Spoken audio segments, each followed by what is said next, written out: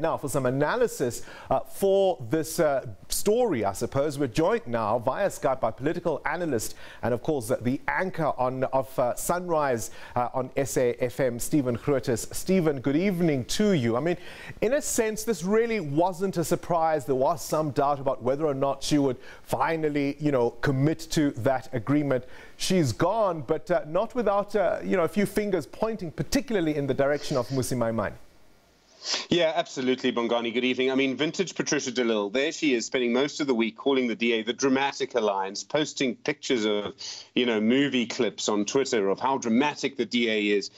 She was the one who put the boxing gloves on, if I recall. And then today she signs a letter of resignation, in the glare, the whirl of the photographers, on the steps of the High Court in Cape Town. Well, I mean, I don't know who's more dramatic there. Sometimes it can be hard to tell. I think, though, seriously, Bongani, the real problem is, in the end, it boils down to the SMS. You know the one, it doesn't matter how many times you ask Patricia de Lille. The question about, right? You've asked, I've asked, many of us have asked. We still don't have that answer, do we?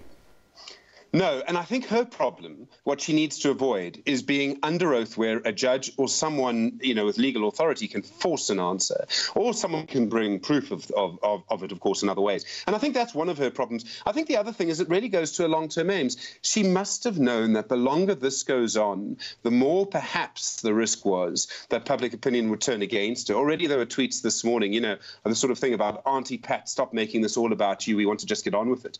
So I think that was one of the issues. And then what is she going to do if she's eventually drummed out? Is she going to form a new party? It doesn't look like it. She's got a little bit of a reputation of moving, from the PAC to forming the Independent Democrats to the Democratic Alliance. The other thing, I think, Bongani, we can't avoid is that it was quite exceptional on one level that someone who was the leading light of the Pan-Africanist Congress in Parliament ended up with a Democratic Alliance. Perhaps in some ways. She's moved right across the political spectrum.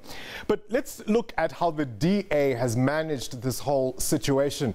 No less than Tony Leon has criticized and compared his handling of the Peter Murray situation. I mean, Auntie Pat is a different kettle of fish, one will admit. But Mmusi Maimane has been found wanting on a number of levels in this crisis, has he not?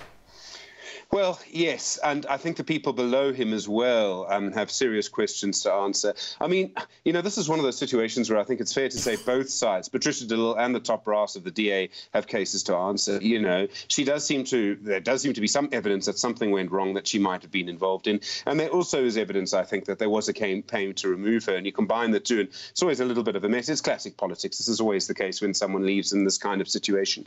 I think in the end, the DA had the upper hand simply because it's the party and she's not. And I do think that Mmusi Maimane, look, on one level, he also deserves perhaps a little bit of credit for being able to bring this to an end in a way that no one else was able to. And somehow she has stuck to the deal that she agreed to with him several months ago now. And I think that is important. The DA can now sort of come out of the starting blocks for the election sort of united, and I think that's important. But this is going to be brought up at every elections hustings. The Western Cape ANC, which frankly has had very little to crow about over the last little while, considering some of its own internal problems, is going to be able to bring this up and possibly use it really quite effectively against the DA in the Western Cape.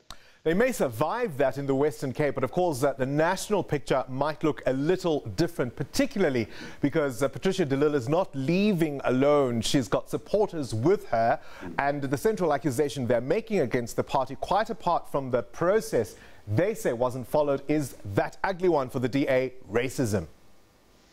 Yeah, and this comes to really the core problem for the Democratic Alliance. And in fact, for many of our political parties, certainly for the ANC as well, it's about identity. And my view on this is really, for years and years, people have been talking about, will the ANC split? It's, got too many ideological fault lines. It represents too many interests in society. And now the Democratic Alliance has sort of got to a size where it's facing exactly the same problem. So we can blame the personalities and the people for managing this badly, and I think we should, particularly in the case of Patricia de Lille. It could certainly have been handled better and wasn't. But we should not forget that the DA's real problem is about identity. It is about trying to attract different constituencies and broader constituencies from what you could call fairly conservative white people who maybe, in fact, voted for the National Party in the 1980s, and to a much sort of larger group of potential black, generally urban, generally middle-class voters. And the DA is always going to have problems marrying those identities. That said, the ANC has been able to stick together for quite a long time, despite having a very broad church of its its own. So it doesn't necessarily mean that this is fatal for the Democratic Alliance, at least not in the short term. They may walk away from this slightly wounded, but we'll leave it there with political analyst and, of course, the host of SAFM's Sunrise, Stephen Grootes. We do want your reflections on this. We're asking the question this evening, how much will this impact the brand of the DA, how it's been handled? She moves on, but do they?